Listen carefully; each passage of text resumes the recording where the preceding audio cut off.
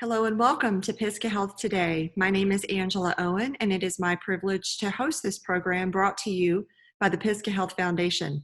The Pisgah Health Foundation is a public 501c3 charity founded in 2019 by a board of 7 caring individuals who are committed to improving the health, wellness, and lives of Western North Carolina residents. Our special guest today is Cathy Wood. Cathy is the Grant Operations Coordinator for the Pisgah Health Foundation, and she has been with the Pisgah Health Foundation since its very beginning in February of 2019. Wow, all the way back to the beginning. That's fantastic. She has also worked with the Department of Philanthropy and with the Transylvania Regional Hospital Foundation. Welcome to our program today, Cathy. Thank you. Well, tell me a little bit about, how this grant process as your background and connecting that around to what you're doing right now. Grants and all things grants are your wheelhouse. So what is your background that got you into this spot of really helping be part of the launch of Pisgah Health Foundation? Well, I do have a grant writing background. I was a grant writer for over 6 years for a small family business. Our specialty was writing FEMA grants for volunteer fire departments, where we would request life-saving equipment and also help with the recruitment and retention of volunteer firefighters. There's not enough of those to go around, I can tell you that.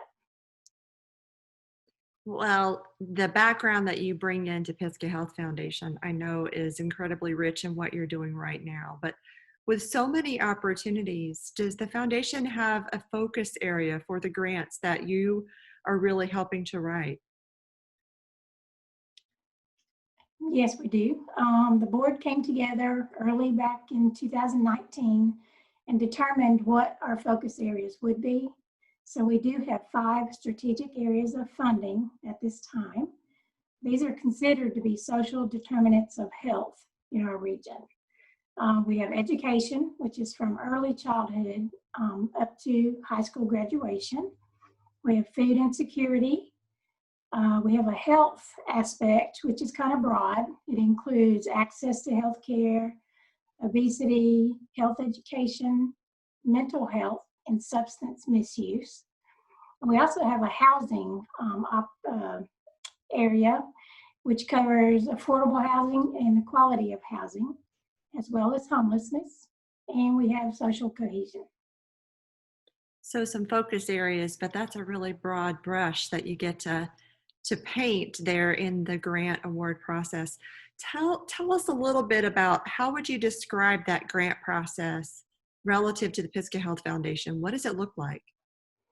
Well, because we are a new foundation, we had to figure it out for ourselves, basically, on how we wanted to process things.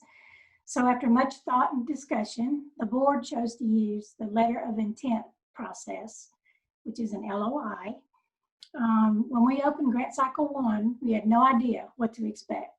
Were we going to have 5 applications? Were we going to get 100 applications? Well, we ended up receiving 87 LOIs, totaling over $12 million in requests. We read through those to determine if they qualified to move forward in one of our strategic areas of funding. And of that 87, 68 of those were invited to submit a full application. Once those came back in, the grant staff looks through all of the proposals to determine if the application is complete. If not complete, we reach out to the organization and request those items that are missing. Completed applications would then go to our grant review committee for the scoring process. Once scored, I get an average score and I pull that together and I present that to the committee. The committee comes together for discussion. And this group actually determines each application, whether it be approved, declined, or in some cases, put on hold for more information. I then notify the applicant with that decision. In our second grant cycle, we've only had 2 official cycles. We received 107 LOIs, totaling over $18 million in requests.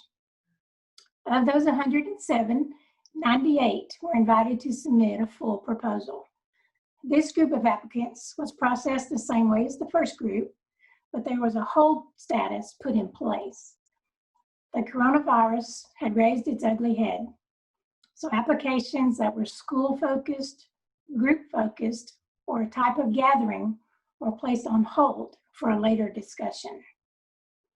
Both the grant cycles together totaled over $30 million in requests. That really took our breath away. Just proved the great need that is out there. Mm.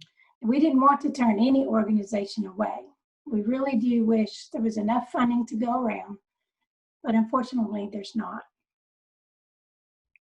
What a detailed and thorough process that you just described. And we're all very grateful for you being at the helm to help guide and walk through, because the impact, as you've already highlighted, and the need is tremendous along the way.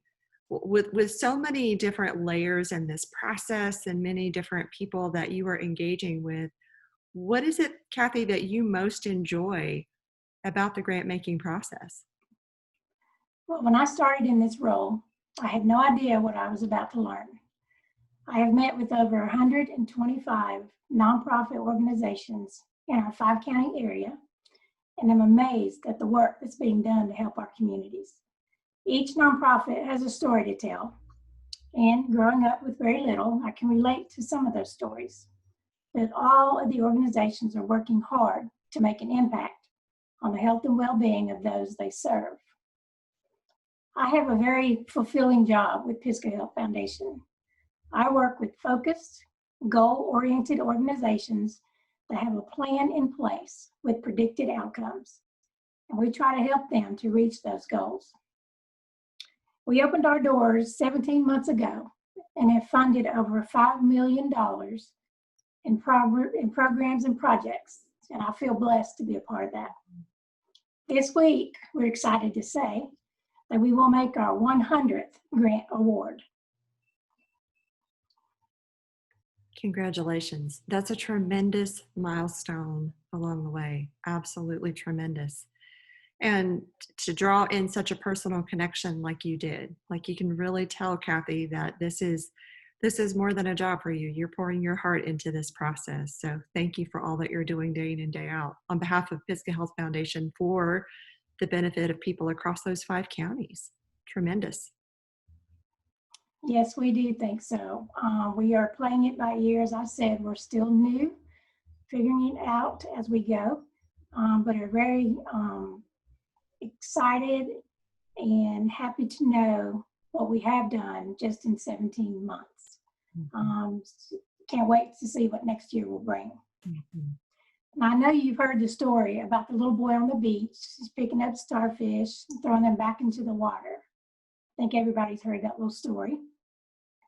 Well, the man did tell him that he will not be able to save all of the starfish and that what he was doing won't make a difference. The boy picked up a starfish, threw it into the water, and stated it made a difference to that one. The Pisgah Health Foundation, I feel, is the soul of that little boy.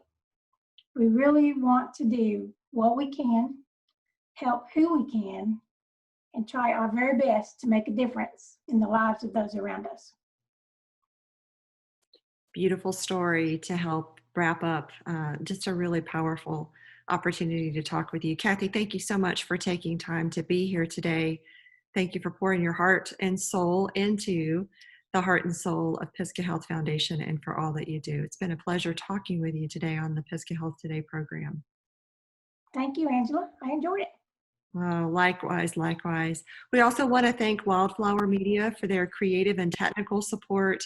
Also, we would like to say a special thank you to the Pisgah Health Foundation Board of Directors and the rest of the staff for all the work they continue to do to help improve the lives of Western North Carolina residents. If you would like to reach out to the Pisgah Health Foundation, you may email them info@pisgahhealthfoundation.org. Thank you so much for joining us on today's program. We look forward to seeing you again on the next Pisgah Health Today. Until then, stay well.